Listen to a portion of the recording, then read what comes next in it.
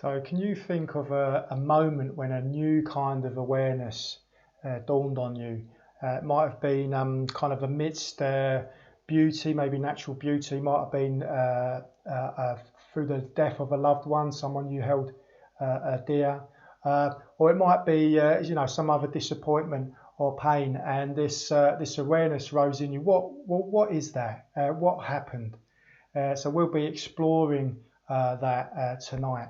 So very warm welcome. If you don't know me, my name's Maitrinara, and I'm a ordained member of the Triratna Buddhist community and a teacher here at Brixton Buddhist community.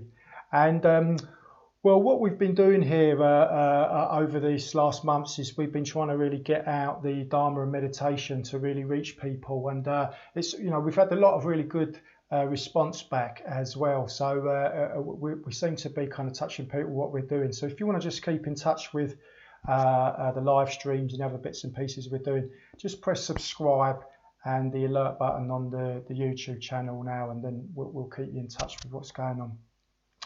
So put in your shout outs, put in where you're from, your name, where you're from. Be good to hear from you, close or further afield. And I'll kind of we'll get to that after the body scan. And then also, if there's any questions, I think that's written in the chat. If there's any questions that occur to you, any comments, any observations that occur to you throughout the talk or through after the meditation, well, we'll have a chance to field those at the end. Yeah. So do type anything into the live chat. Okay. So.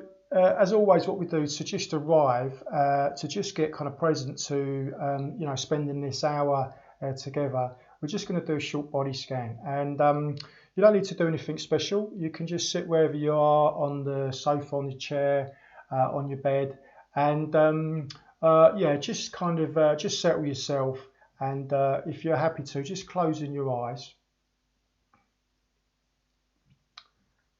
And then just noticing that with your eyes closed, it's quite different. So this might be the first time you've closed your eyes today in this way. And you're just experiencing things slightly differently.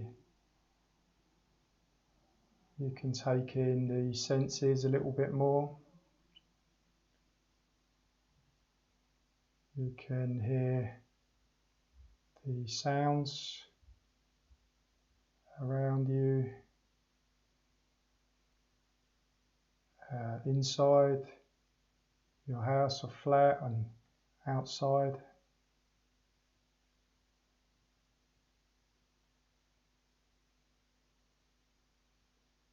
You can feel the space around you.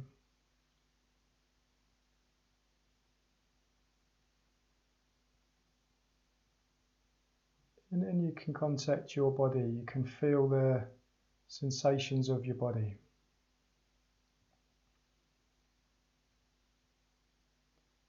So there might be some parts of your body you can feel very acutely, very vividly,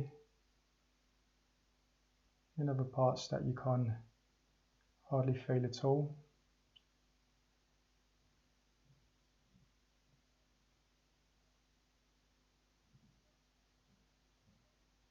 And you can notice your weight where it drops into the ground.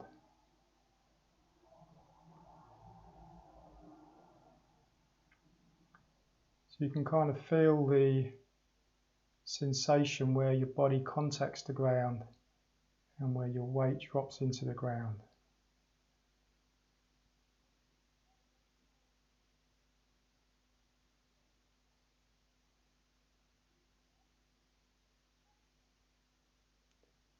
And then just allow the lower part of your body to soften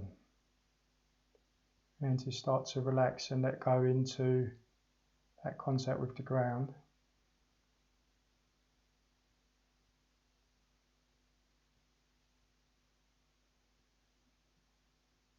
And you may feel some residual tension in the legs, the thighs, in the hips, You can just start to allow that to soften and to let go.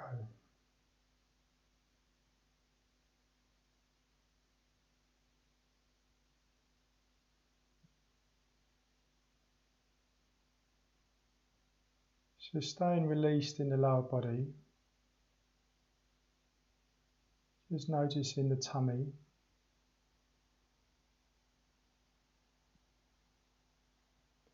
And we're often holding on in the tummy. So just see if we can start to soften and start to let go around the tummy.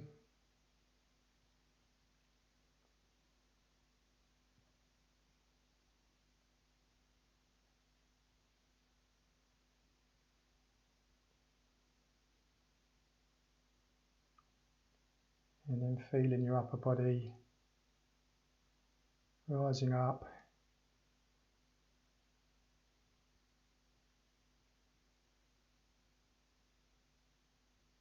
Noticing the area around the shoulders and upper back.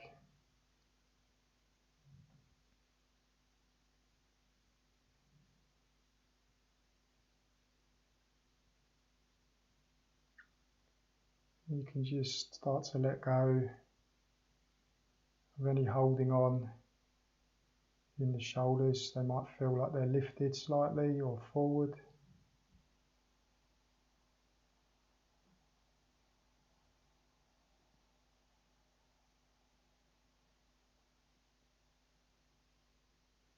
See if you can allow your shoulders just to settle back.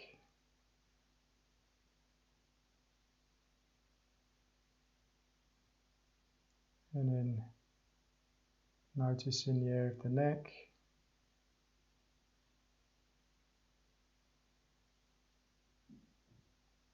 Up into the head. And the head feels a little bit tight, maybe, especially if we've been on screens. So just start to allow the scalp and the temples and the forehead to soften.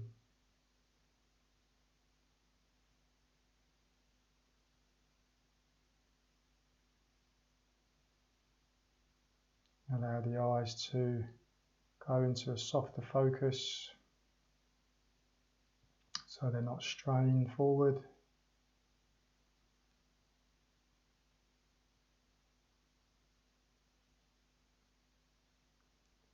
This might have the effect of just softening your face.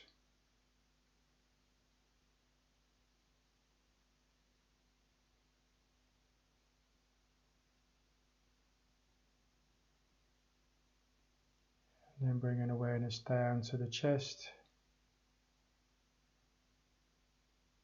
Feeling the rise and the fall of the breath. You don't have to do anything.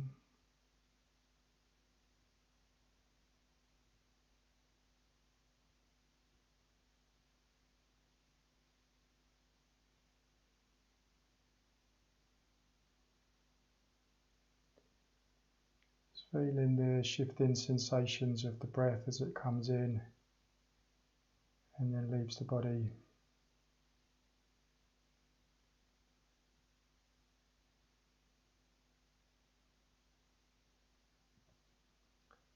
You're now just broadening out your attention to take into account of your whole body,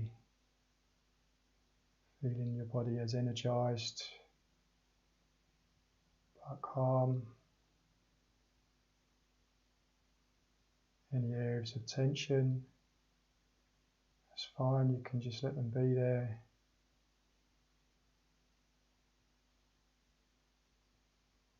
Breathing into the whole body.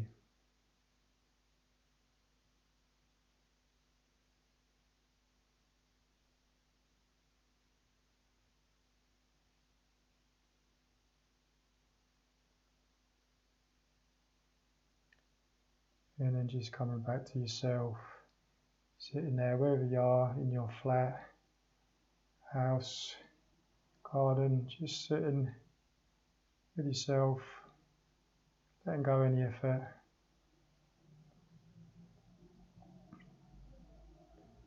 Ready to go engage with this whole community of ours that are watching, and people new, very welcome to you.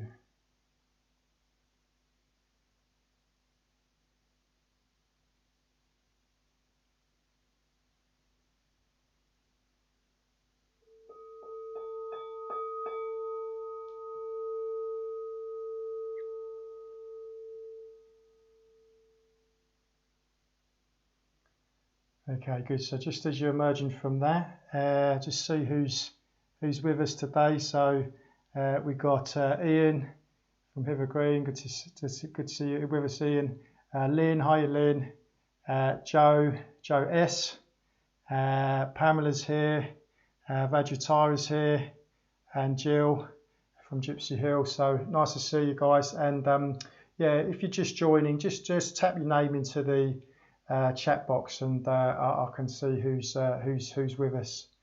Okay, so let's get into this theme for tonight. What I was asking is about these moments of self-transcendence, these moments there where we kind of move beyond our kind of everyday concerns, our everyday kind of mind in a way.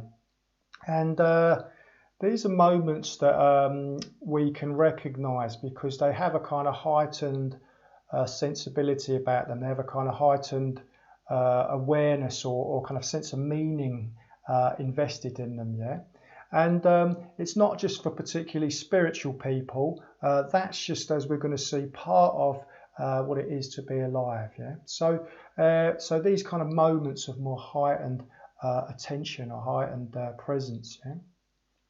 And for some that, or for many, that can be the start of a spiritual kind of quest or journey. But even if it's if you've been going for a while, those kind of moments, they kind of lift, don't they? They reaffirm, they kind of motivate us to keep going on the path. Yeah. So really, really important, these kind of glimpses. But it's very interesting with these glimpses, these kind of heightened sense of aliveness, or this heightened kind of recognition of some aspect of your way of relating in the world, or maybe some sense of your limitation that's suddenly just lifted for a little while. These moments can be very easily kind of forgotten. They can be forgotten, and they can also they can be kind of rationalized and explained away as well. Yeah. So often what we do with these moments kind of depends on our world view. So if we're Christian, we might think that we're touched by God. We might feel that as the grace of God, or even you may experience like a kind of words come into your mind that don't feel like they're quite you. They're quite you. So that could be explained as God. Yeah. From a scientist point of view, if you have a kind of materialist kind of world view, you might explain that as a kind of endorphin release or some sort of other kind of physiological change. Yeah. But from a Buddhist point of view, what you're seeing a glimpse of reality. You're seeing a glimpse of reality in those moments, or the potency of our own kind of being, our own potential. And Buddhism affirms a new way of perceiving. It affirms that there is a new way of perceiving that's kind of, in a way, as a kind of manner of speaking, beyond our everyday way of perceiving ourselves. Yeah. One way of rendering that is a kind of open dimension, something that's a bit beyond what I think of as a kind of me and my kind of mind, myself. So because it comes as beyond that, it can sometimes feel as if it's come from outside. So that's quite interesting, isn't it? It can feel like it's kind of as it were kind of visited on us, yeah, because of this sense of that we kind of know ourselves so well. So it feels like something new has kind of entered in, so to speak. And that's not surprising, because the way we experience ourselves most of the time is kind of it's very habitual. It's the way we this habit we have of kind of associating or identifying ourselves with very particular ways of thinking and doing things. These habits run really, really deep. They're really strong patternings in us, aren't they? And you know, from a Buddhist perspective, that comes from everything that we've said, done and thought over all the years, which have kind of created these grooves that we think of as ourself. Yeah. So yeah, so it's not surprising then that this sense can feel like it's there's something new, can feel like it's visited from outside, or it can just feel like something. When I first felt this, it was almost like there was something like a kind of like a well, like I've kind of something was coming up that was kind of familiar, but also very unfamiliar to me as well. Something both part of me and kind of new and strange. Yeah. So as I said, these glimpses can be easily forgotten, but they can also be kind of not authenticated. If one has something of this and one's in conditions around people that aren't really have an idea or something beyond the everyday kind of pragmatic mind. Well, it may be that these ideas, these glimpses aren't kind of authenticated, and kind of we kind of lose confidence, maybe even that is even happened. Another thing that can happen in more heightened moments of awareness is we can start to develop a misunderstanding. Misunderstanding is this kind of misunderstanding is almost a bit kind of fatal in the spiritual life, because it engenders a kind of self-importance, a self-aggrandizement of sorts, that I'm rather special. I've had a rather special experience. Yeah? But from a Buddhist point of view, what you've had is a glimpse of reality. So these glimpses are really, really important, though. They're really, really important. They need to be kind of cherished and kind of reflected upon and nurtured, and they can, as I said, create a real impetus for change. And it's been striking me that in the lockdown, it's quite specific conditions and quite contained conditions. Whether we've been quite enjoying that or whether we've really come up hard against those conditions, we've probably all of us started to see have a quite strong glimpse that it's our mind which kind of filters so much of our experience. Yeah, our garden, which we're so familiar with, it feels and looks very different on a day, depending on our minds. Yeah, what we kind of bring to it. Yeah, our flats, our street, our local park. It's all. I'm sure all of us have come up against what it feels like as our kind of minds. Yeah, and it may be that we've also touched or had something of a glimpse as well. Yeah. So yeah, so I'm really encouraging us to kind of really allow that in.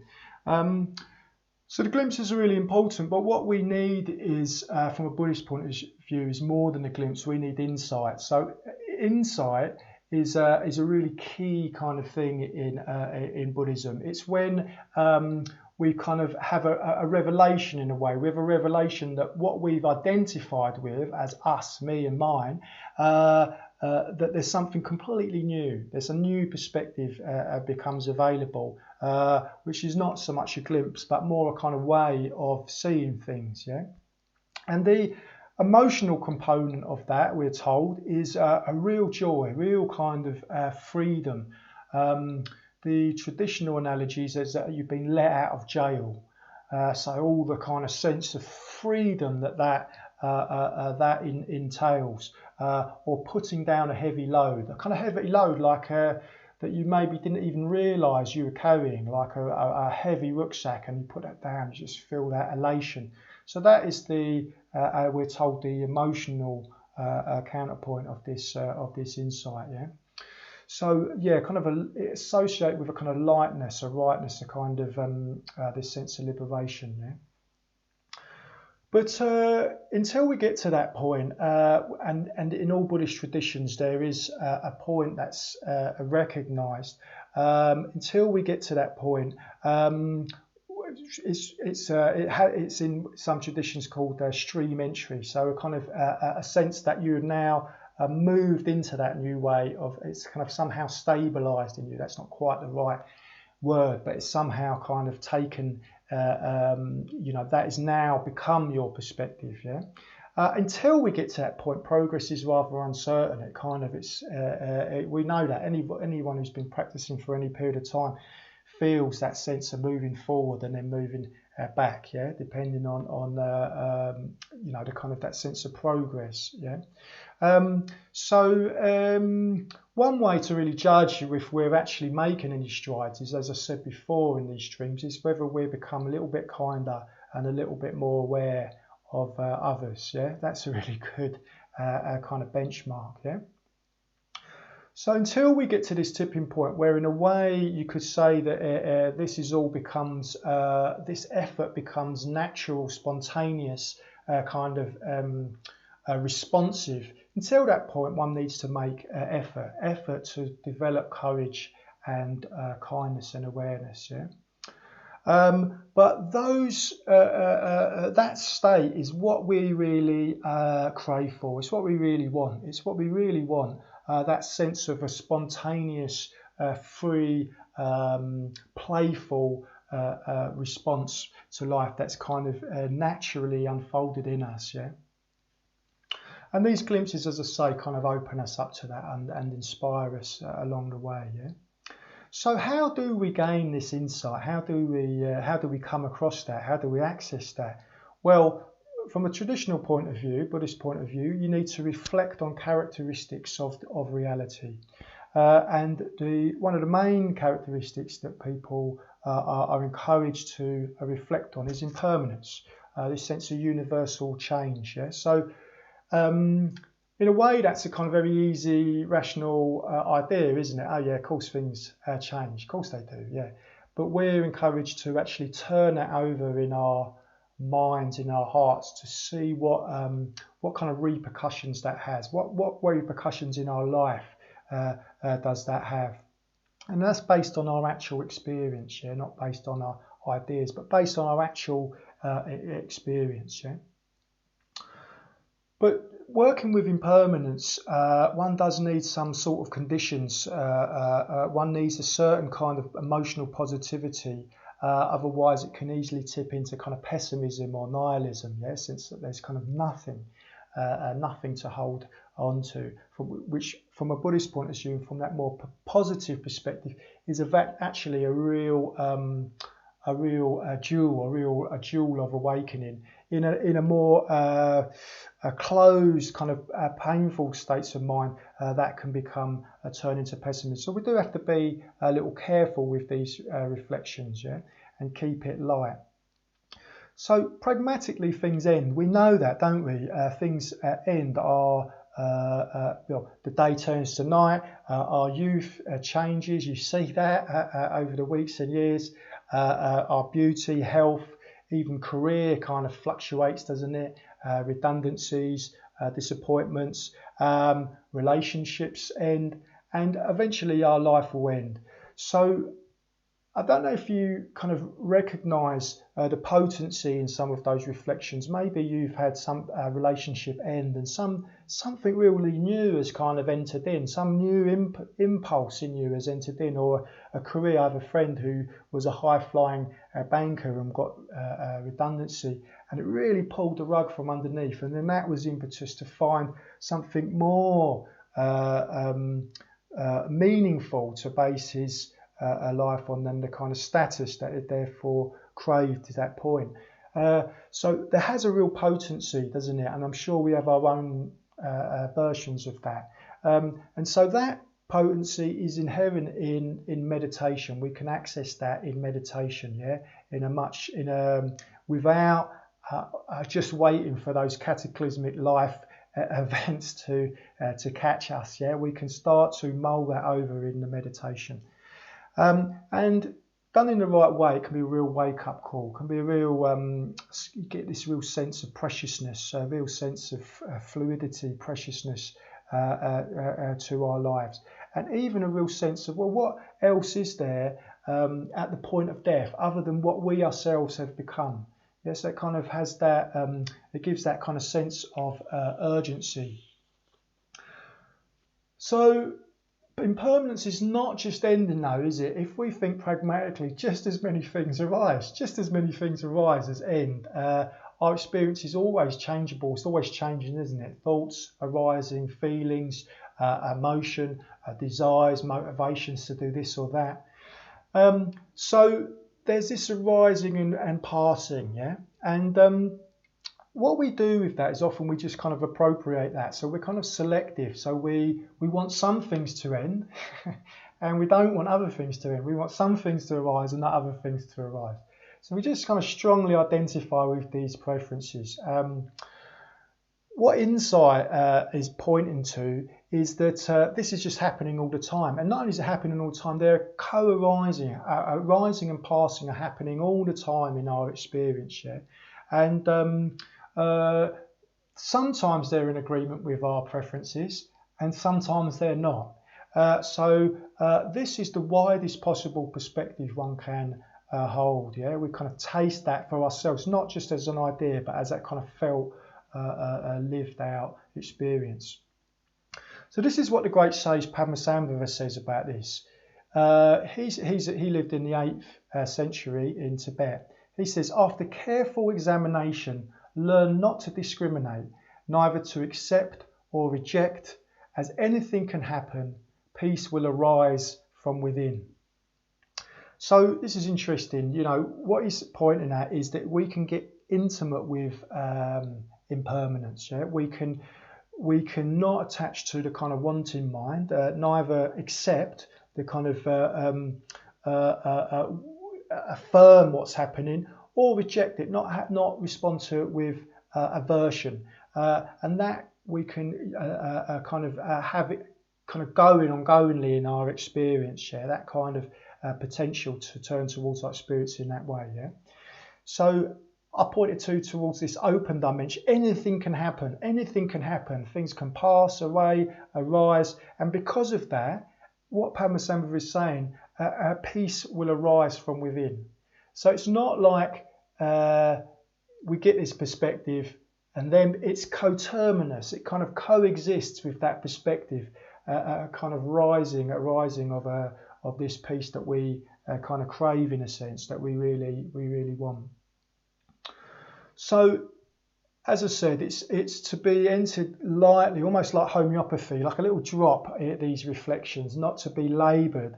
And it does require certain conditions, and the main conditions are that one is integrated and has kind of levels of positive emotion. So by integration, I'm talking about one that has kind of getting to know oneself through meditation, through spiritual friendship, and through reflection. One's getting to know one's light side, one's dark side, one's strengths and weaknesses. Yeah. So there's a kind of there's a balance started to come into our lives about a kind of honest appraisal of like who we are. We start to take responsibility for that, and then there's a positive emotion that kind of comes out of living ethically in that way, in an integrated way.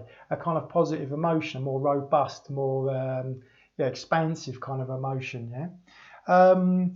And the third component, interestingly, is confidence, faith, trust, also rendered as faith. A kind of sense that we don't listen just to the materialists. We feel like there is something more than beyond this kind of pragmatic walls, carpets, trees, sky. Yeah, we feel there's something more moving within that. Yeah, and that can kind of come through experience, come through trusting our experience and seeing that, kind of feeling that for ourselves. Yeah. Because without those conditions, what we just end up with is this kind of proliferative thought. We just end up with more rumination, more ideas that are kind of going to get in the way between us and kind of our direct experience. Yeah.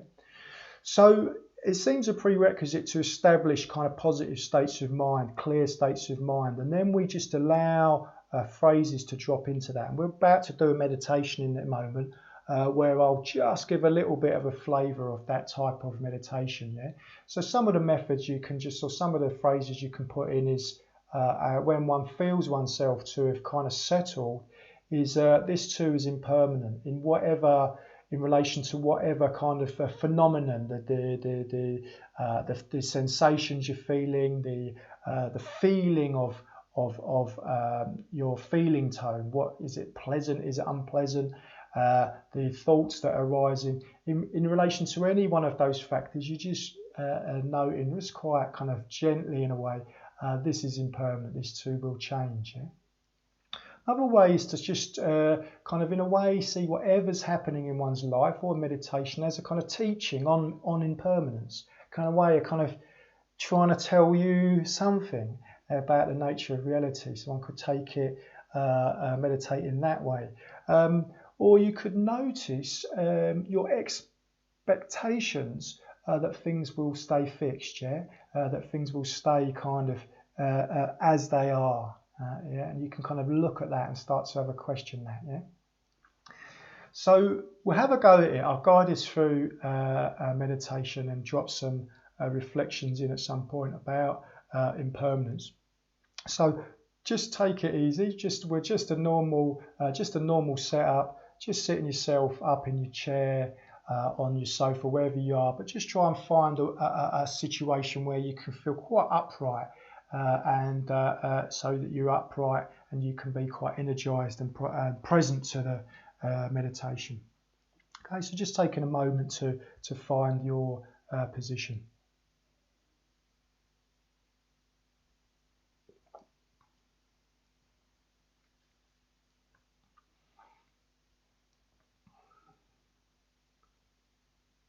So if you're happy to, just closing your eyes.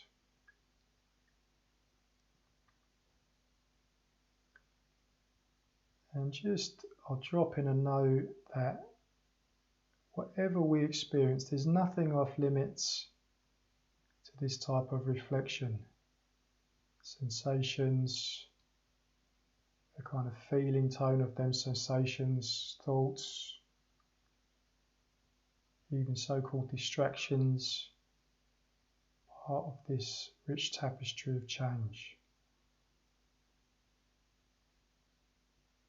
Quite a lot of words. Let's broaden out our minds, broaden out our experience to take in the vast space around us.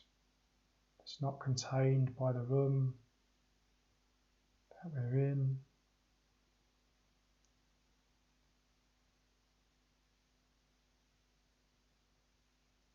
And within that, the sounds.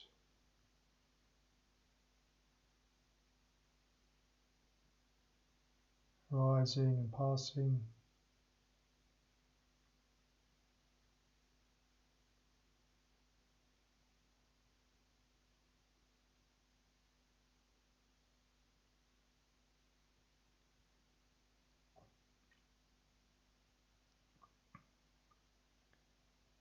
And then we can feel our bodies here, present, and we know we have a body because we can feel the sensations associated with having a body.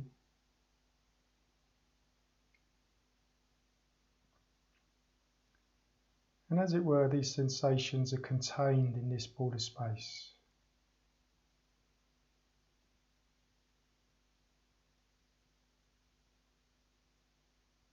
So seeing where you feel in your body stronger, more vivid sensations.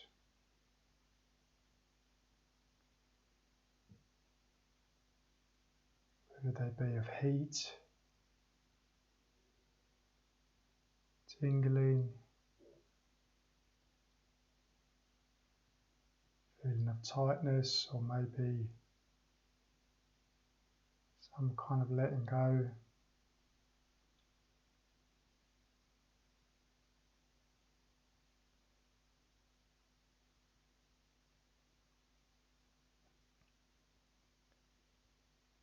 Noticing that we can't find a outline to our body.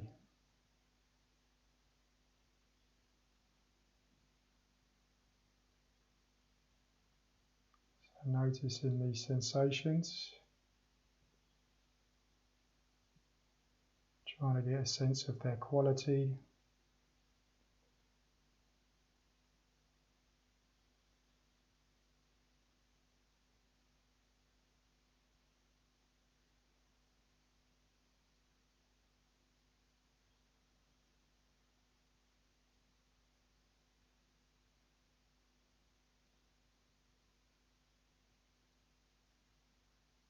And then noticing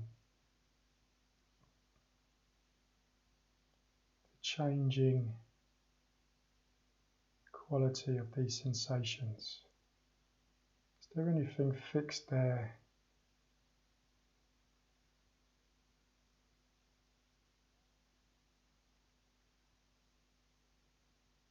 On this kind of granular level,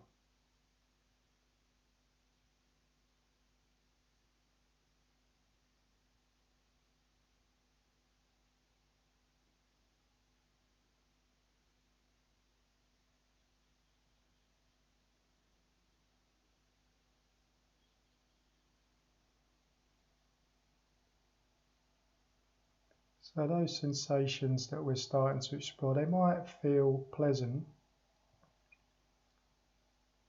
or they might feel unpleasant,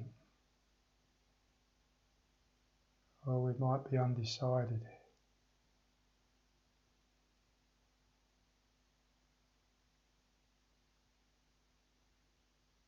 So see if you can have a feel for the feeling tone of these sensations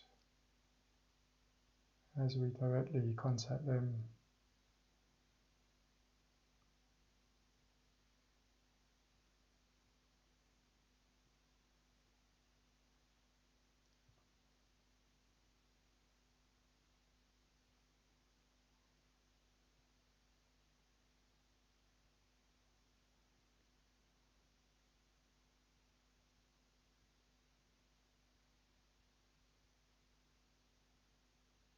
And noticing how by bringing our attention to the feeling tone, the sensations themselves may start to change.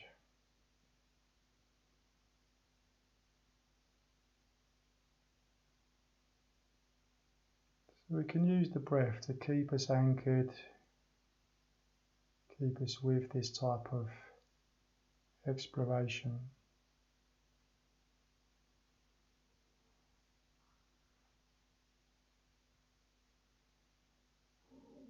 And the breath itself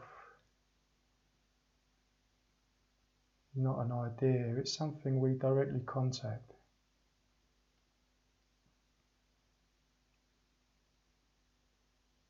So we can also notice any resistance to doing that.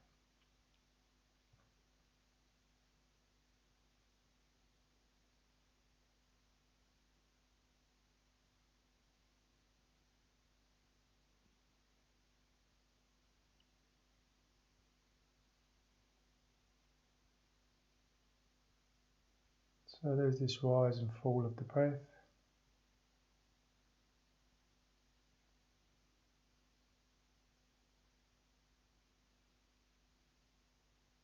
Changing, shifting landscape of the breath.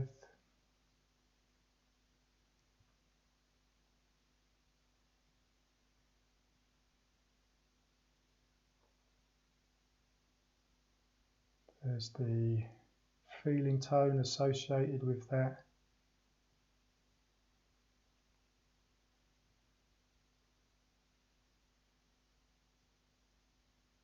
Whether that be pleasant or unpleasant.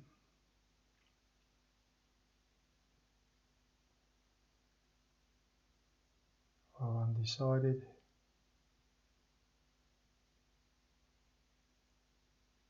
And there's also this sense of distraction. It may be that we just wake up to thought. There we are, suddenly in the midst of thought. Where did it come from?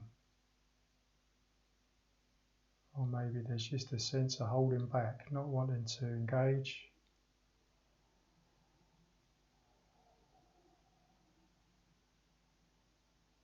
There might be a narrative playing. I'm too tired. I'm not enjoying it. Or maybe I've really got this now. I've really got this meditation now.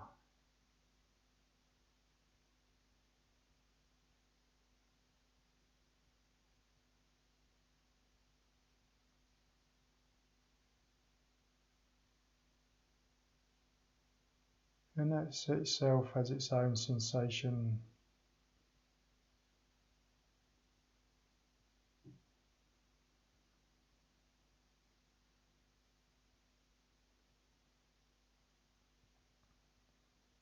Its own feeling tone.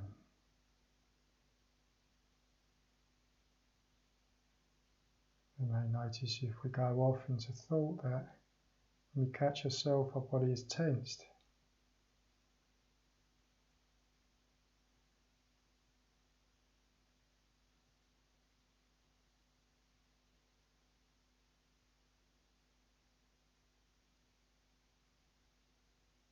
How do we get closer to the breath? Closer to this direct experience? More intimate with it?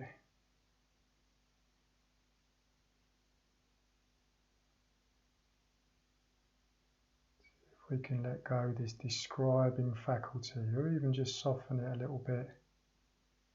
This faculty to commentate, advise us, label,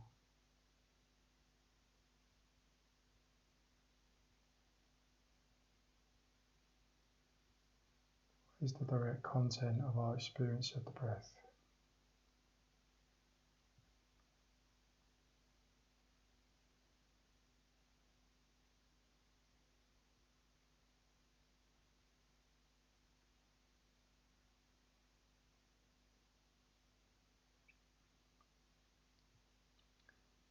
Notice how distractions they feel like there's something separate from the meditation, but they're not.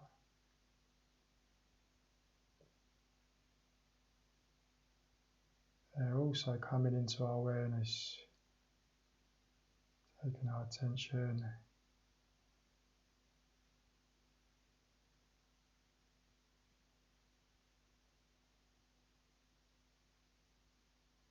Part of this ebb and flow.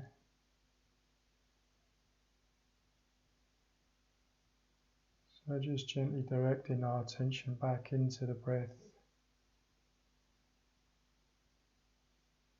Seeing if we can get intimate with the weave of the breath.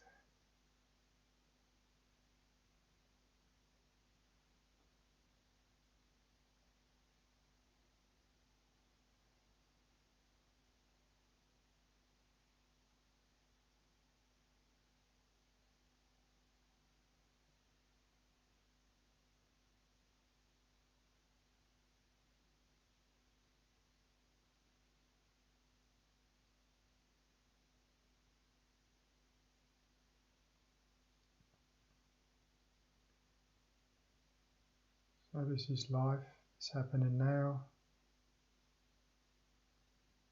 Life is change. Just dropping that in. And staying with the breath.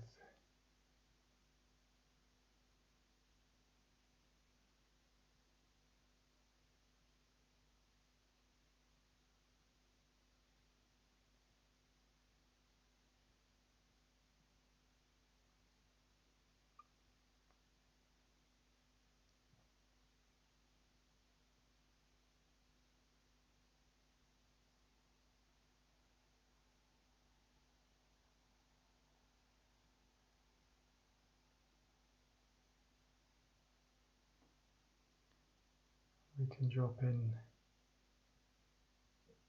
the question, is there anything fixed and stable here in our experience of the breath, our experience of ourselves?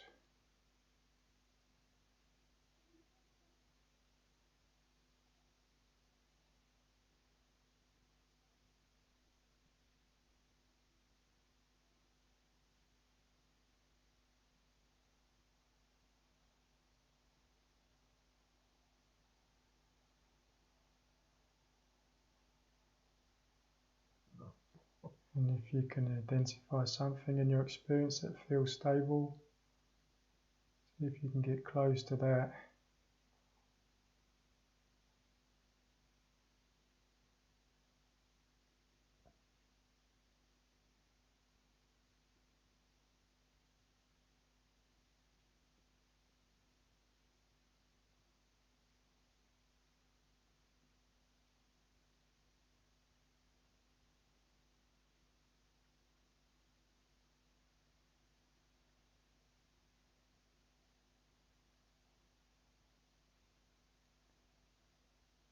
Staying with the massaging quality of the breath.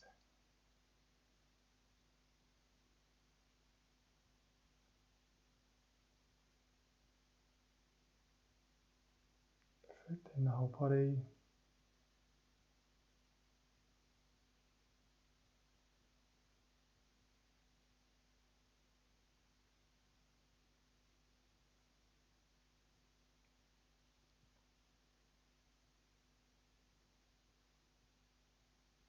Contacting areas of the body that feel more dense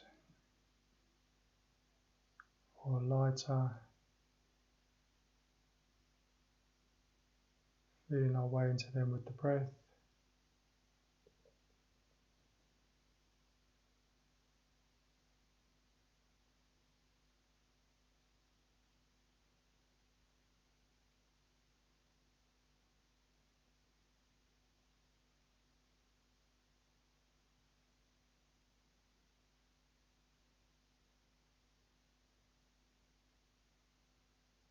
Noticing the feeling tone. Experience the breath in this way.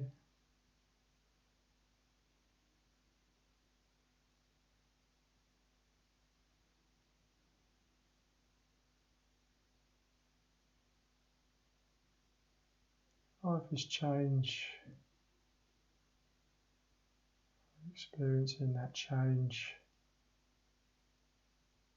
for ourselves directly.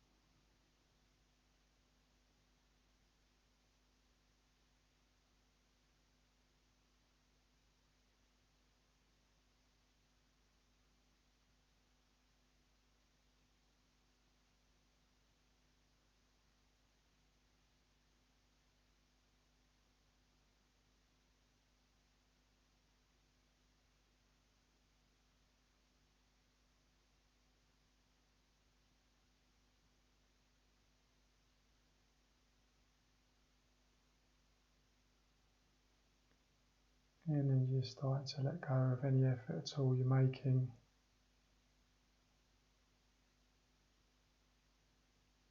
Still just sitting still.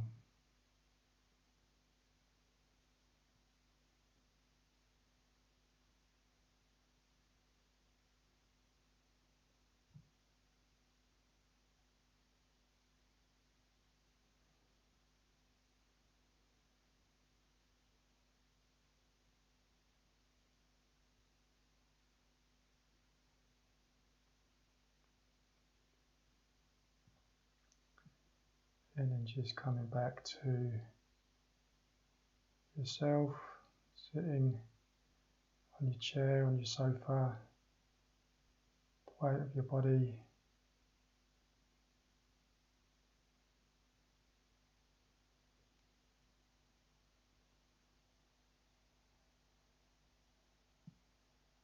And also this sense of being with others.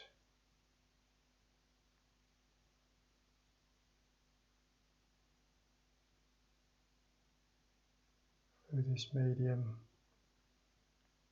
of the internet.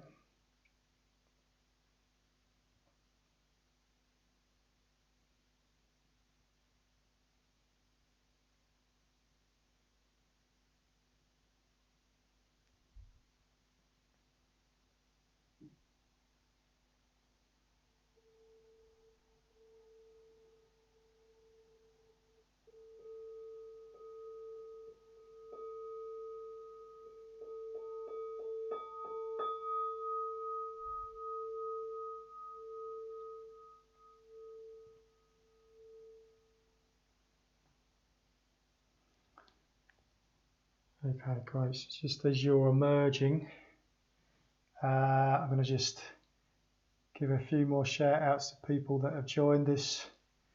Very good to hear from you, Tony, in New Zealand. There's Daisy May. Hi, Daisy May. Janice. Hello, Janice from Wandsworth. And Tom. Tom says hello from Camberwell. Okay. So, yeah, there is a little bit of time to answer any questions if you have any. Do tap them into the chat box. While you're gathering yourself, and if you're thinking of anything that you might want to ask, I'm just going to mention about what we're doing here really as a Buddhist community, Brixton Buddhist community. Well, we've been trying to, as fully as we can, as fully as we can give ourselves to a program online and all the other stuff. You'll just have to take my word if you're quite new to Brixton, all the other stuff that's going on behind the scenes with the study groups and the various Zoom calls and everything else that we're doing to kind of create this, co-create this sense of community. We're trying to give ourselves as fully as we can to that.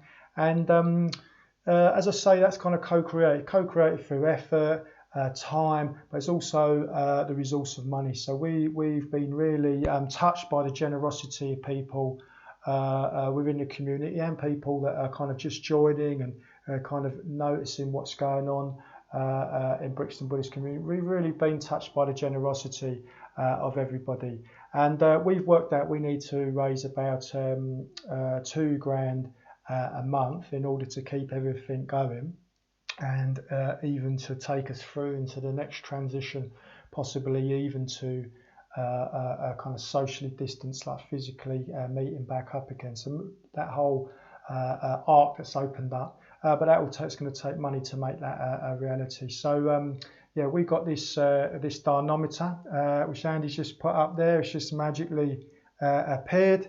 And already we've gathered almost £750 this month. You know, we've only just started, so it's just so generous. Mostly that's through standing orders that people have made to support us. So I really thank you so much.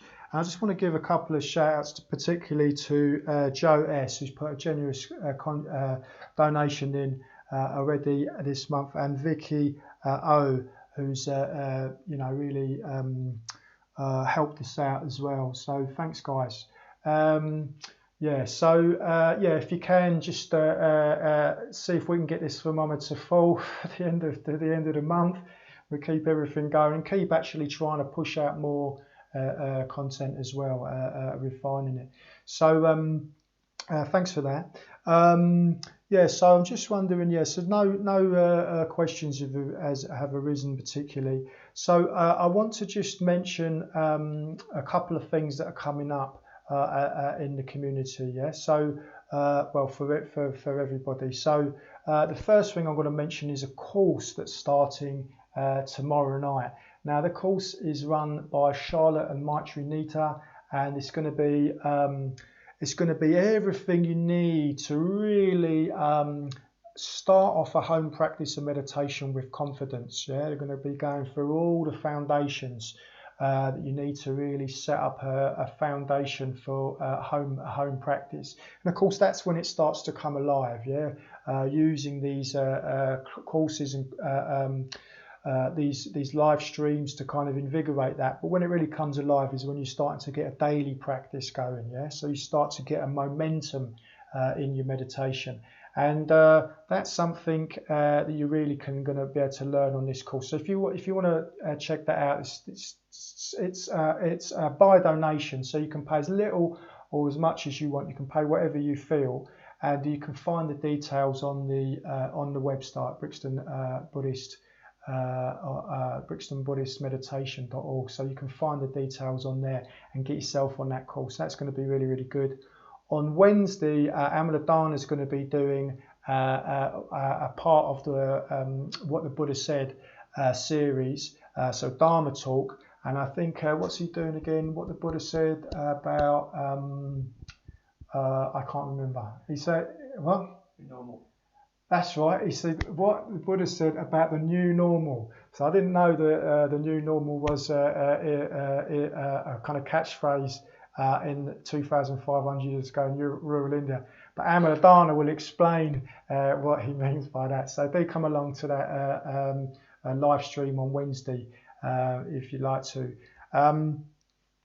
So finally, all I've got to say is that we do these Zoom calls after these live streams, and if you haven't come on one of these Zoom calls, yeah, really friendly, very easy atmosphere to just come into. You don't need to be shy about it. I know it's a little tricky, but kind of it's like the equivalent of taking a step over the threshold of a Buddhist centre door, coming into these Zooms. But they're really friendly, inclusive environments, and they're really useful because you're going to get a chance to talk about meditation, whether that's just a burgeoning kind of starting, just getting going, or whether you're established in meditation, you'll have a chance to discuss that. And that's really important for meditation practice, is that chance to kind of to kind of objectify to what's going on, to ask questions, to get that kind of reflective quality going. So do get onto the Zoom, and you can find the details of that in the chat box or in the description below. So yeah, if you want to give, please do so. The description, the links in the description below. And check out everything else that's going on as well, and get involved. So, well, that's all I have to say for now. So really just wishing you a very warm and pleasant evening.